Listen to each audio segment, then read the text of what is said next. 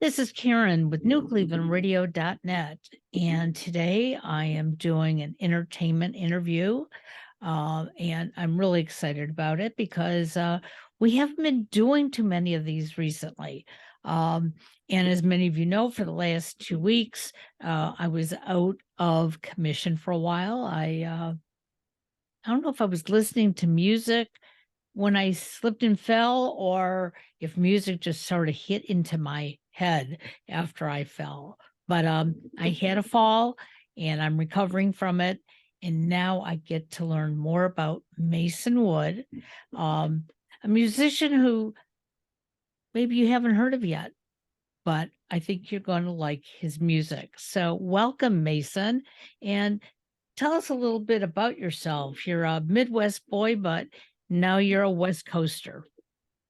Yes. That is correct. I grew up in Indiana, but when I graduated high school, I moved out here to pursue music. So I've been doing that uh, with the COVID pandemic and everything that really took a toll on me. But I decided that, music was more important than um, the mental health issues that I was going through due to the pandemic and just due to past experiences. So it's music has been a big part of my journey, just kind of growing up and learning to grow from a small town that I was living in, a very small bubble. Well, sometimes you can live in a big city and still be in a bubble, but I totally get Yeah. what you're talking about because in a small town, the town is in a bubble and then you're Mhm. inside that bubble. Um, Yeah. when did you realize that music was your go-to, something that was going to, maybe even just get you through the day? Mhm. Honestly, I have been a music lover since I was a child. I used to sit in my car seat and just make up songs. My mom would tell me, I would have my toys in my hand and I would just make up songs. So I think I've loved music my whole life. But I really got into writing um, when I was in high school. I started learning the technology for like GarageBand, making music, and I started actually writing and taking it seriously around high school. And I was like, I think I can make something of this. So when you have this idea for a song, Mhm. does it come from a personal experience or are you just looking out into the universe and pulling something in? It's a little bit of both. It depends on if the experience is innately personal to me, or sometimes I can look at outside experiences and really take that in and think about how I would feel in that situation, or even writing about things that I'm noticing in the world or um, just in my own environment. So, what was it like moving from a small town to California where everybody that wants to be an actor, an actress, a musician, a producer, everybody is going out there for some sort of um, arts? Mhm. You know, did you find that, hey, you were lost out there, or wow, I just found myself? It was humbling for sure. I honestly, I came from being a big fish in a small pond to a small fish in a big pond. And yeah, it was very humbling. And I felt, um, I even write about it in my new single that recently came out, I'm Not Dead. I felt that everybody around me knew that I don't belong in this city, that I didn't have what it takes. I didn't know if I had what it takes. So it was humbling to say the least. It's interesting. Part of my coaching practice, um, I talk to my clients about the fact that we all have this judge inside of us.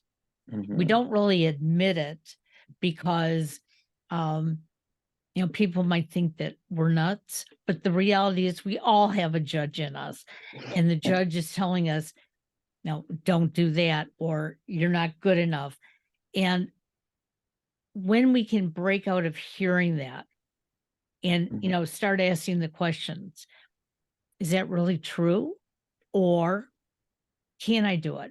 And what is it I really want to accomplish? I know my younger son started writing lyrics. He is not a musician, he's a vocalist.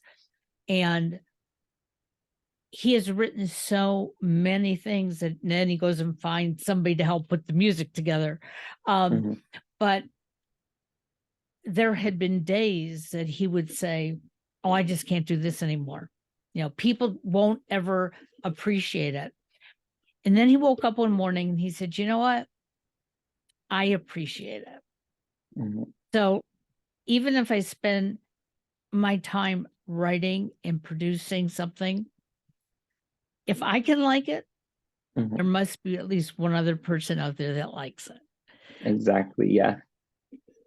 It's, So, oh, sorry. no, I just no, go wanted to say ahead. that I had to learn that as well. That it's very personal. And even if nobody listens to it, it's for me. The writing, the music, the creation, it's for me. And that took a long time to learn. So you get out to California. What's the first thing you try to do as a musician, a producer, a writer? The first thing I did, I actually joined a cover band. And I did that for about a year and a half. I just went around all of California. I was trying to do school as well, take music classes and stuff, but I mostly did the touring with the cover band. And that taught me to perform in front of people, to like how to be an actual performer rather than just a lyricist or a musician. It was the whole package. And it's sort of exciting because now you're meeting other musicians along the way. You're learning different styles. And I have a brother who's a music producer. I have a son who writes lyrics. And, sometimes I look at the two of them and realize how much talent they have, but they always tell me it's because of somebody else who they've met along the way, another musician who like maybe made a suggestion or said, hey, come up on stage with me and let's try this out. And musicians have a camaraderie that we don't see in our daily life. So you have something new that just came out. So tell us about that and tell us where the thought came from, because it sounds a little dark. Yeah. So I kind of did that on purpose. It's more of I wanted it to be a clear statement that, I'm not gone, I'm not dead. I have just been processing. I struggle with depression. I struggle with OCD, anxiety. So all of that was just very difficult, feeling really alone out here, and like I didn't have a purpose. And I had gotten to a point where I thought things were going to go somewhere, and then COVID happened, and then that brought me down. So this was kind of my resurgence, my reinvigoration to wanting to be creative again. And it was just, it flowed out of me. It was so easy because it was so pent up that, I wanted people to know that I'm not dead yet. Like I still have fight left in me. And so that, gave me the drive to pursue music again. and go in a different direction. And this is actually the first single that I produced myself. I wrote all of the music for the lyrics. So this is really personal to me in a way that the other music wasn't. And as I'm hearing you tell the story, um, we all suffered to some degree with the pandemic. In some ways, I was sort of lucky because I had knee surgery the week before everything closed down. And I basically was told that I had about 8 to 12 weeks of recuperation. And Mhm, so I hadn't planned that I was going to go anywhere. Um, and then I sort of, created this, um, I guess, bubble in my home with my husband at home working and my son at home working. Um, and it just became a routine. But at the end of that 12 weeks, when I could get up and really go around, that's when I started to feel it. And mhm, yet I've learned that your generation got hit probably the hardest because like you said, you were out there, you were just on a roll, and now everything just stopped. Um, mhm, so I'm glad that you wrote a song about that, because I mhm, guarantee you all of us are going to hear it and we're going to go, yeah, but there is still life around as long as we're mhm. breathing to keep moving forward. Exactly. And you talk about the fact that um, you have suffered from OCD, depression, anxiety. Well, welcome to the real world, because we're all Yeah. now starting to talk about it. We Mhm, all have some tendency that just creates this dark spot in our life. And mhm, some of us try to ignore it, others can't ignore it. They have to deal with it. Um, and then we have sometimes people around us who say, "Oh, Mason, you can't be depressed. Look at all the things you're doing." But mhm, it's not for other people to judge you. And I think you know that, and I know that as well. But now the pandemic, in theory, is over. mhm, You are writing, you're producing. I mean, God love you for putting it all together on your own. I mean, that's that's difficult, because that meant you had to do the editing of your own sound and, mhm. have a critical ear on that one. Um, what do you think comes after this? I mean, I'm excited that it's out, but Mhm. it seems like you've got more energy there. Yeah, definitely. So, I am just right now I'm working on my new EP that is going to come out in the fall of this year. And I have also worked on another single that's coming out at the end of this month, on the 23rd, actually. And that one is kind of a complete 360 from I'm Not Dead. It's really raw and emotional about my struggles with mental health. Um, and so, I have that planned. I'm doing a music video. I'm still working on the EP, doing live shows. I just have so much energy for this, and a new a renewed like sense of purpose for it. So I'm really excited about it. So when I'm Not Dead came out, Mhm. what did you hear from those people who were listening to it? What was Were you hearing that people were relating to it? Did you hear that, wow, they didn't expect this of you? What was the feedback, if any? I got a lot of people who said, finally, you're releasing more things. We've been waiting, leading up to the release of the single. A lot of my coworkers and people around me were saying, when are you going to release more stuff? Like, we've been listening to your old stuff that came out in 2019, but when are you going to release more? So there was a sigh of relief that there was something new. And then I also got, you know, a lot of feedback about how people had also related to it and they felt very similar, which was nice to know that I wasn't the only one who felt that way. So it was nice that that stuff that I write can relate to people. That's all I want, really. You know, it's interesting. About 10 years ago, my son had a meltdown yelling at his dad and I about something. I don't even remember what it was. And he just stormed out of the room, went in his room, slammed the door. And it was like, okay, fine, calm down. And 25 minutes later, he comes into my office. He says, I got to read you something.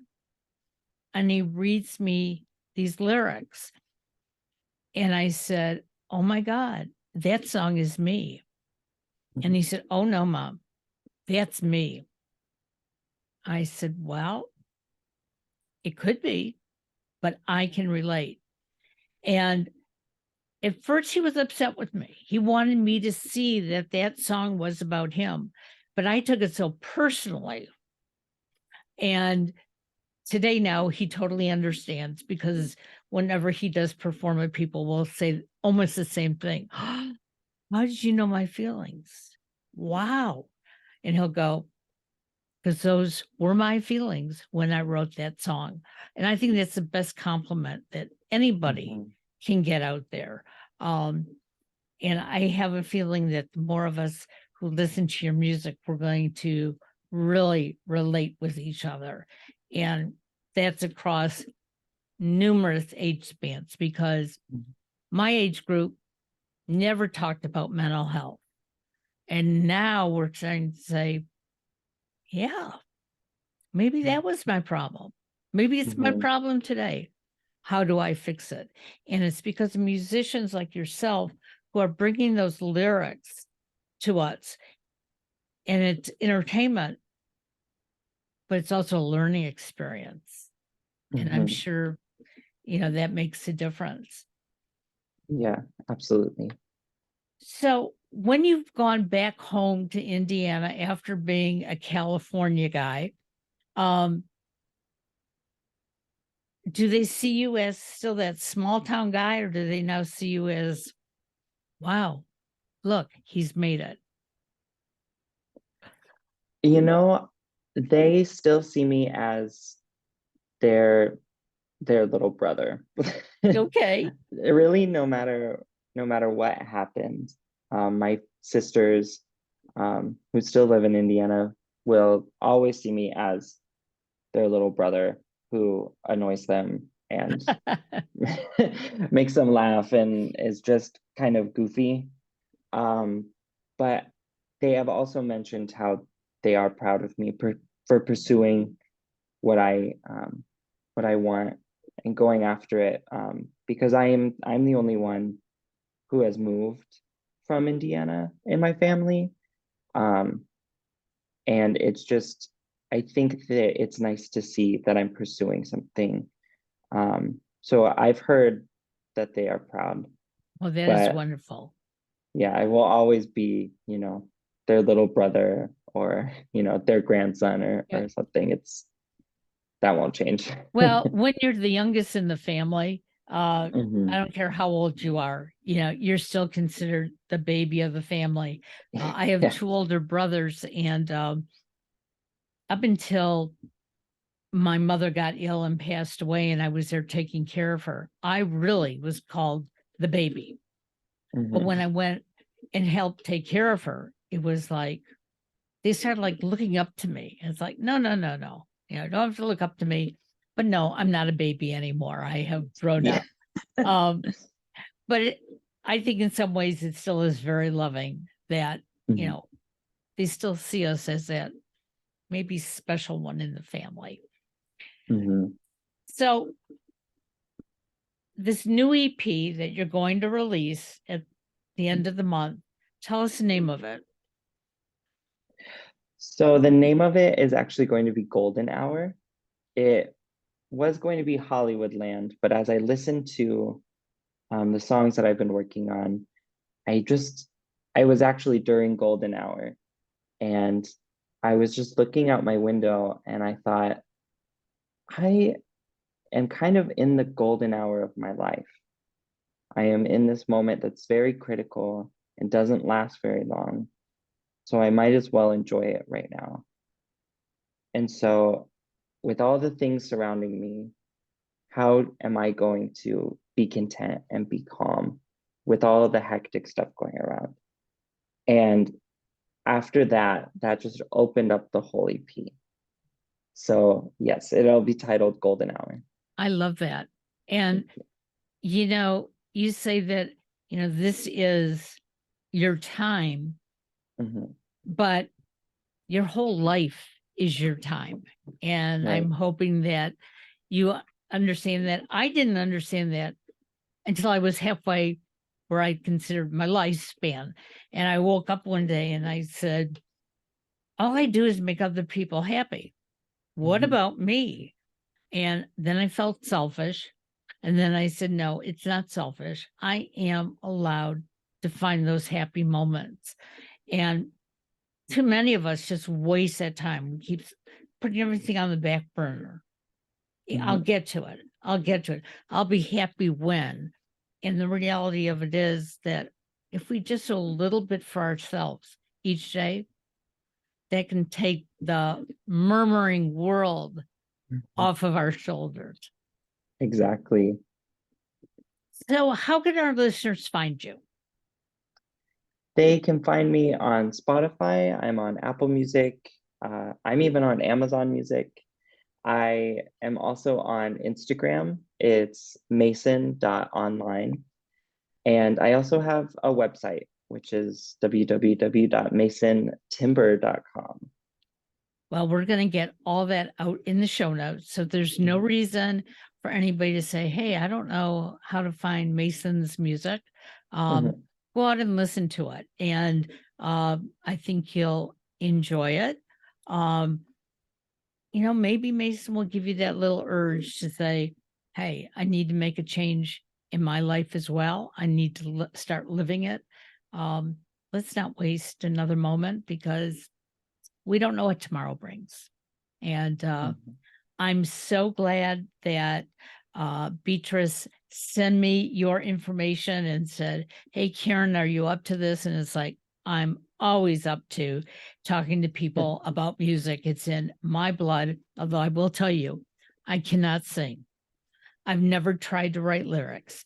Um, Sadly, now that I wear hearing aids, I hear music differently than everybody else, um, Mhm.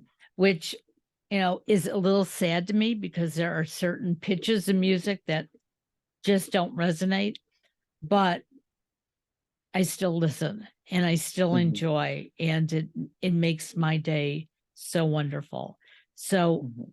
as I close this out, Mason, I'm going to go to Spotify. I'm going to listen to some Mason Wood music, and I'm going to share it with my listeners.